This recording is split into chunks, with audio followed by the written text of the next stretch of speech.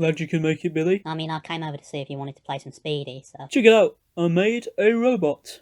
Oh, nice. But does it work, though? I know it works. Well, I've never seen a farting robot, I'll give you that.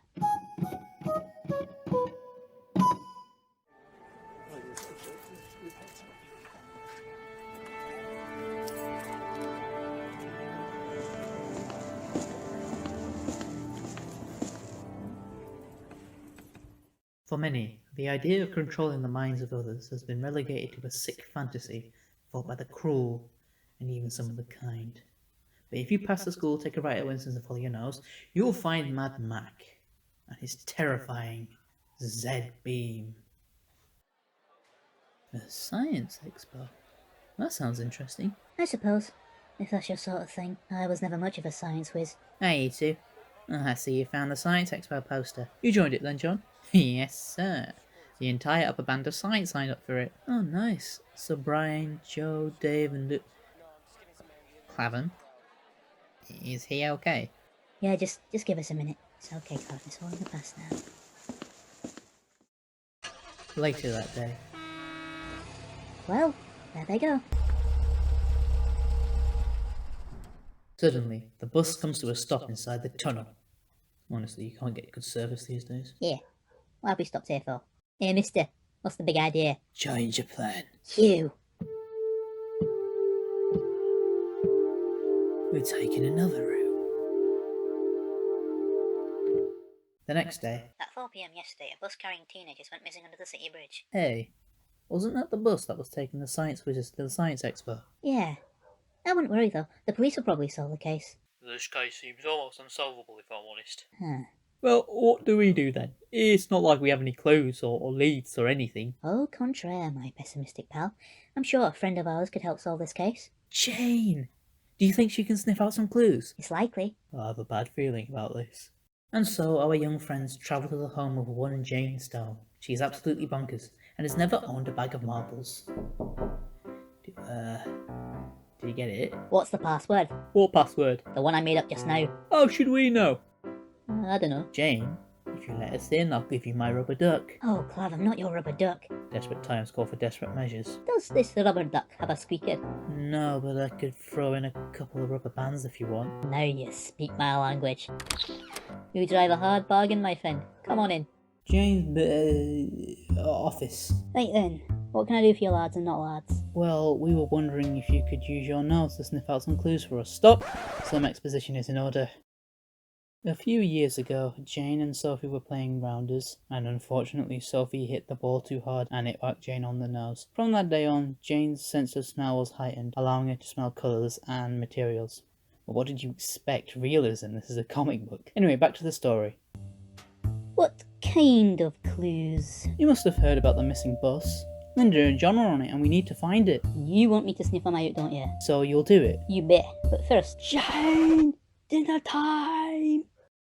I think it's dinner time. What? Where am I? Suddenly, a screen lights up in a flash of magnificent green, and a big swirly thing appears on the screen. Weird. Good morning, children. Well, I'll be if it isn't Mad Mac. I mean, he was on the front cover, so I don't know, I'm so surprised. This is your new leader speaking. I will instruct you as I have instructed your comrades. You are going to help me construct the ultimate weapon, the Z-beam. Is that clear? Yes, master.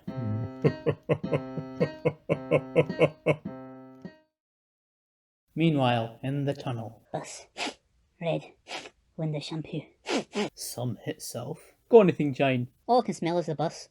And Linda's shampoo is so strong it nullifies anything else. Ah, phooey. Clavum, are you okay? I'm okay. But where is this place? This must be some kind of secret tunnel or passageway. They fit a whole bus in here? The bus must have been hijacked. It seems that whoever drove the bus filed their hostages into this tunnel and somehow disposed of the vehicle. Honestly, who writes this stuff? Well, lead the way, super conk. Endless minutes of cramped and claustrophobic fumbling later. Seriously, I've done you all a favour. I'm sick of this cramped and claustrophobic fumbling. Quit whining, I can see a door. Here we are. Where are we? Some kind of base, I'd say. You know, I always knew it'd end up somewhere like this. Alright, gang, let's up to it. Well, my master plan has netted a very valuable group of fish. Jon, Linda, join me in the hallway immediately. And then he retires as an honourable old man. Or engine, should I say. Hey, isn't that Linda and Jon? Yeah. Yeah, it is. Hey, Jon. Hey, Linda.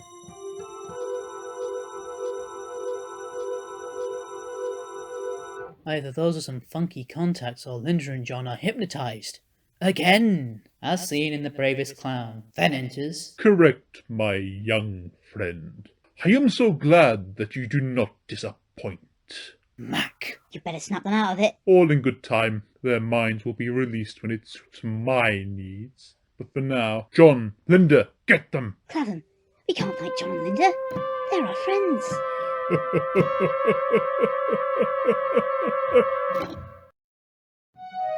Clavum's Adventures will be right back after this. No. Oh, come on, Sammy. The big show's tomorrow, we gotta do it. Besides, the rent of all this equipment is costing me a fortune. If you do it, I'll lend you my earphones. Let's do this thing. There we go. Alrighty then. Put me back together again. Ah, well, I haven't quite learned how to do that yet. We could try PVA glue or something.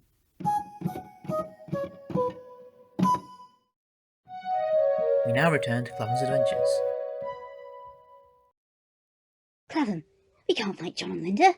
They're our friends. So what do we do now then? Jamal, will you do the honours? 1 second. Run! Cowards. Yum. After them!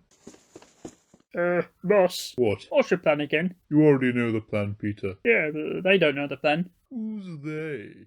Hello, it's me again. So, let me tell you Mac's plan.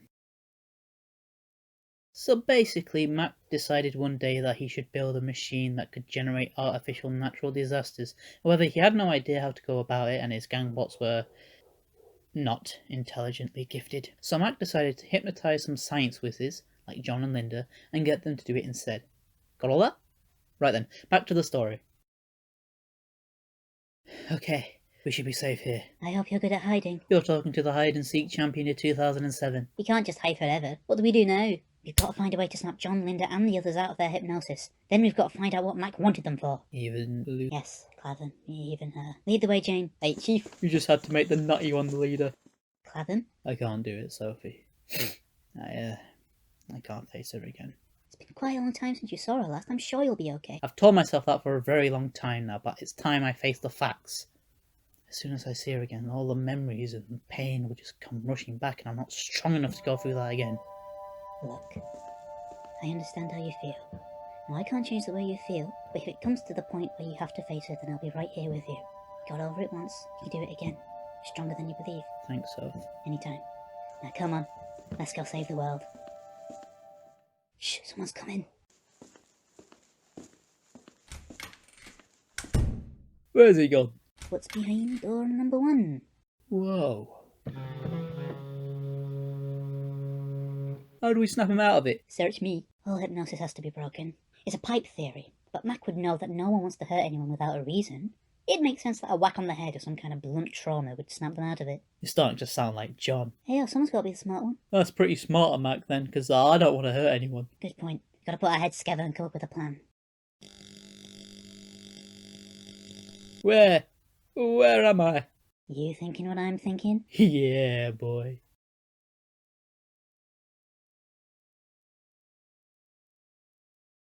After scheming a plan, Alright, Jamal, break a leg. What's this got to do with finding out why they call it a Z-beam? I hypnotise people, come and get me! An intruder.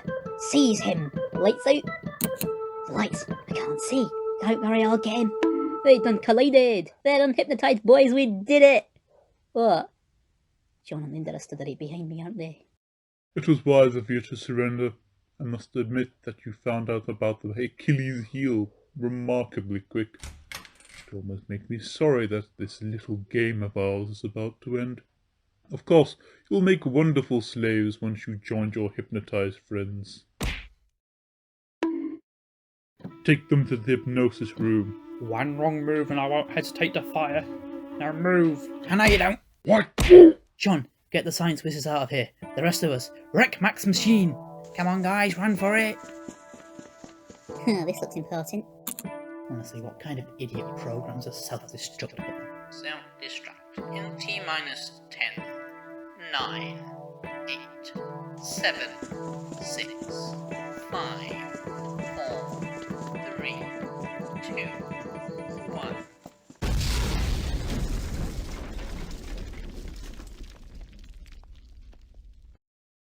Later, do you think Mac's dead then? Probably not. I mean, the man survived being shot by aliens. As seen in episode 5, the aliens are coming.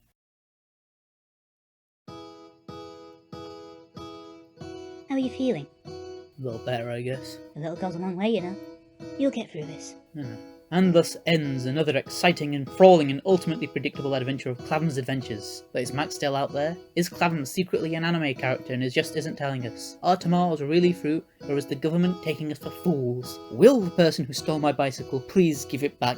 Maybe the questions will be answered, or maybe they won't, in the next nail-bitingly stupid escapade, next month, in Clavum's Adventures. Hang on, it's not over yet. Not until the dog and his friends do their thing. This is the home of the Anicon. This is their leader, Princess True. Morning time.